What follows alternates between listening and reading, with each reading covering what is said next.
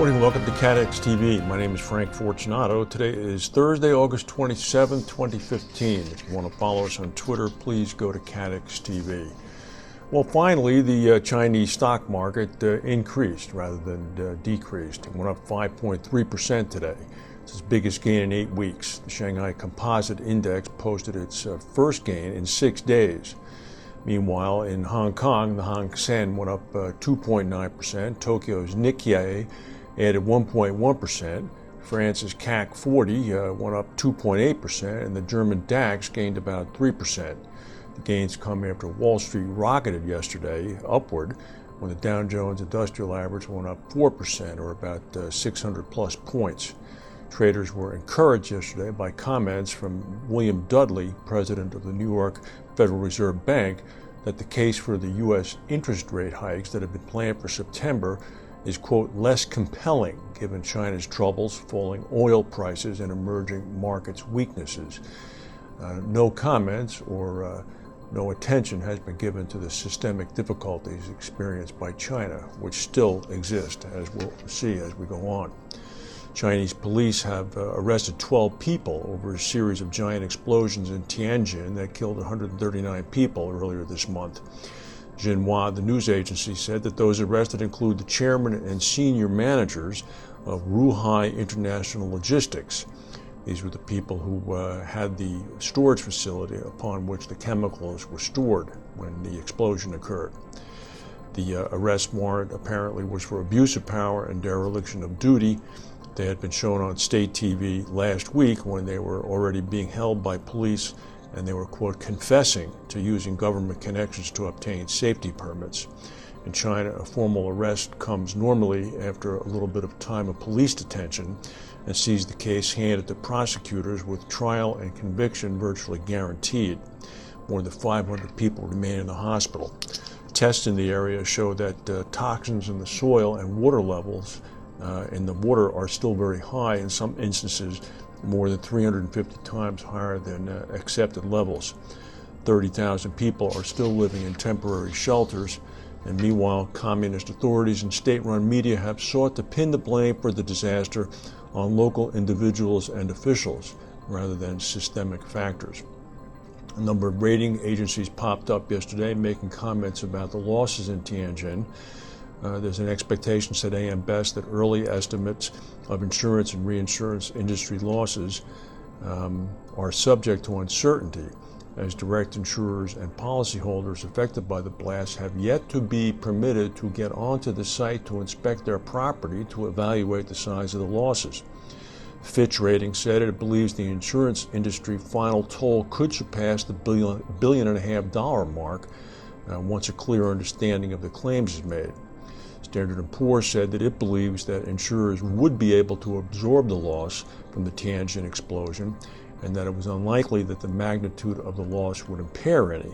However, they did note that the loss might be larger than early estimates suggested once people are able to get in and inspect their properties. Meanwhile, in Austria, on a siding off of a busy highway, a truck was found with up to 50 refugees dead in it. The vehicle was parked on a strip off the highway in the state of Burgenland. The tragedy affects us all deeply, said an Austrian official. Human traffickers are criminals. Anyone still thinking that they're kind helpers cannot be helped. It's not immediately clear how long the people have been in the truck. More than 28,000 people have applied for refugee protection in Austria just this month. We've sort of stayed away from this story, but there seems to be a human wave of refugees coming up the Balkans, trying to get into Europe through Hungary. There are talks going on in Vienna today, which include Angela Merkel. Germany is the biggest destination of refugees. This comes a day after she vowed zero tolerance for, quote, vile anti-migrant violence in Germany. The American economy grew much more quickly than originally thought in the last quarter as business and consumers increased spending. At 3.7%, the revised estimate for the annualized economic expansion in the spring is less than a full percentage point higher than original estimates. The upward adjustment was better than what was expected by economists on Wall Street, who predicted that the revised growth rate would come in at 3.2%. Much of the revision this morning was powered by increased corporate investment and additions to inventory in the spring. This is in sharp contrast to the fear coursing through Wall Street and global stock markets over the past few days. And here's an interesting story. Russia's far eastern maritime territory, the city of Vladivostok in particular, is being hit today by Super Typhoon Goni.